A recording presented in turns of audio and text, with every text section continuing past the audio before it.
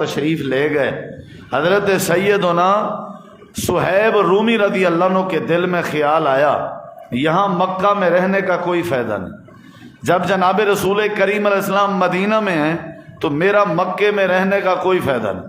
چنانچہ انہوں نے بھی ہجرت کا ارادہ کر لیا۔ اب وہ ہجرت کے لیے نکلنا ہی چاہ رہے تھے، مکے سے روانہ ہونے والے تھے کہ مکے کے مشرکین نے گھیر لیا، مکے کے کافروں نے گھیرا لیا اور ساتھ یہ کہا کہ ہم نہیں جانے دیں گے، آپ کا کاروبار مکے میں ہے، آپ کی تجارت مکے میں ہے، لہٰذا ہم آپ کو مکے سے نہیں جانے دیں گے کسی صورت بھی۔ خیر مصلحت کے تحت حضرت سیدنا صہیب رومی رضی اللہ عنہ رک گئے، لیکن سوچا کہ رات کی تاریکی میں نکلوں گا، جب اندھیرا ہوگا تو ان کو کیا پتہ چلے گا۔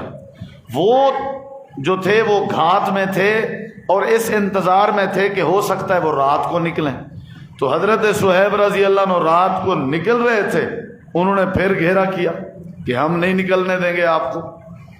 بالآخر آپس میں مکالمہ ہوا، گفت و شنید ہوئی، بات ہوئی، مذاکرات ہوئے۔ کیا؟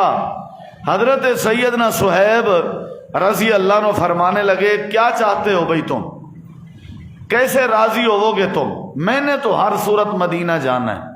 انہوں نے آپس میں سوچا ایسی شرط لگاتے ہیں کہ جو حضرت صہیب مان ہی نہ سکیں۔ وہ شرط کیا تھی؟ ایسا کرو جو مکان آپ کا ہے وہ ہمیں دے دو، جو آپ کی سواری ہے وہ بھی ہمیں دے دو، اور جو آپ کا مال و متاع ہے وہ بھی ہمیں دے دو۔ حضرت صہیب تھوڑی دیر تو خاموش ہوئے، پھر آپ نے فرمایا مجھے آپ کی شرطیں منظور ہیں، میرا مکان، میرا پیسہ، یہ لو سواری، جاؤ میرے دروازے کی چوکھٹ کے نیچے مٹی اٹھاؤ گے، وہاں جو ہے وہ چابی بھی ہے اور وہاں درہم دینار بھی ہیں، سارا کچھ دے دیا۔ بغیر سواری کے پیدل مکہ سے چل کے مدینہ جا رہے ہیں تاکہ آخرت صحیح ہو جائے۔ پیسہ، مکان، جائیداد، درہم دینار سب چیز لٹا دی۔ اب جا رہے ہیں سفر کر کر کر کر کے نبی علیہ السلام جب پہنچے تھے مدینہ کے قریب، آپ نے بستی قباء میں قیام فرمایا تھا اور وہاں آپ نے اسلام کی پہلی مسجد تعمیر کروائی جسے مسجد قباء کہا جاتا ہے۔ یہ اسلام کی پہلی مسجد تھی۔ آپ اس مسجد کے صحن میں بیٹھے ہوئے تھے تو آپ کی اچانک نظر پڑی، حضرت صہیب تشریف لا رہے ہیں۔ نبی کریم علیہ السلام نے دیکھا حضرت صہیب آ رہے ہیں، آپ اٹھے اپنی جگہ سے، آپ اٹھے اور آپ نے استقبال کیا، آپ نے استقبال کیا، رحمت للعالمین نے استقبال کیا۔ حضرت سیدنا صہیب کے قریب گئے، سینے سے لگایا، نبی کریم علیہ السلام کے جب گلے ملے، حضرت صہیب کہنے لگے اللہ کے نبی، مکہ والوں نے بڑی زیادتی کی ہے۔ نبی کریم علیہ السلام نے فرمایا صہیب کوئی بات بتانے کی ضرورت نہیں ہے، رات مکے میں کھڑے ہو کے تو نے جو معاہدہ کیا ہے، جو سودا کیا ہے مکے والوں کے ساتھ، جو ڈیل کی ہے اور جو باتیں ہوئی ہیں، اللہ تعالیٰ نے وحی کے ذریعے وہ ساری تفصیل مجھے بتا دی ہے۔ جو باتیں تو نے کی ہیں وہ ساری اللہ نے مجھے بتائی ہیں۔ اور فرمایا صہیب تیری عظمت میں، تیری شان میں، تیرے مقام میں اور تیری تعریف میں اللہ نے قرآن نازل فرمایا ہے۔ ابھی تو پہنچا نہیں تھا، تیرے حق میں اللہ کریم نے قرآن کریم کی آیت کریمہ نازل فرما دی۔ اللہ تعالی نے فرمایا وَمِنَ النَّاسِ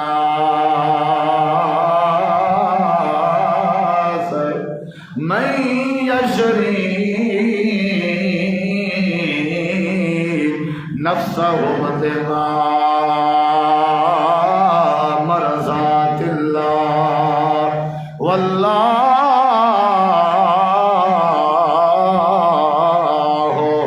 رَءُوفٌ بِالْعِبَادِ۔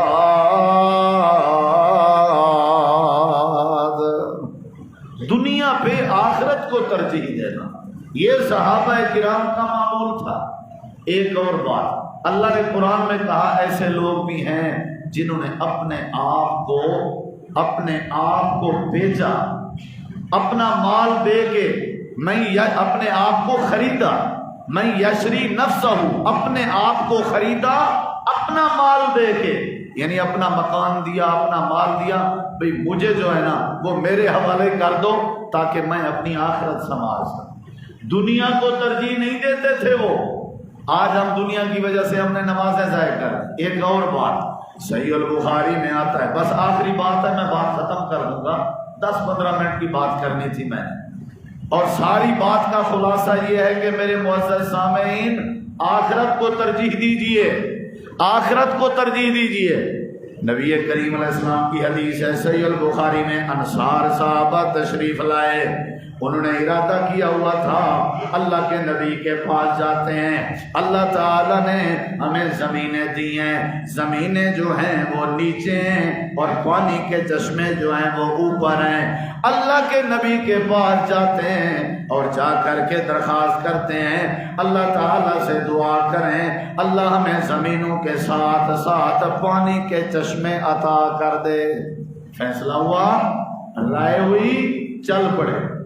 نبی علیہ السلام کے قریب ہی تھے، ابھی پہنچے نہیں تھے، آپ کی نظر پڑی، آپ نے ساتھ بیٹھنے والوں کو فرمایا لگتا ایسے ہے جیسے انصار صحابہ کوئی چیز مانگنے آ رہے ہیں، ان کے کٹھ جوڑ سے پتہ چلتا ہے۔ خیر وہ آ گئے، السلام علیکم، نبی علیہ السلام نے سلام کا جواب دیا، آگے کوئی بات نہیں ہوئی، حوالہ صحیح البخاری، کوئی بات نہیں ہوئی، سلام کر کے وہ بیٹھ گئے۔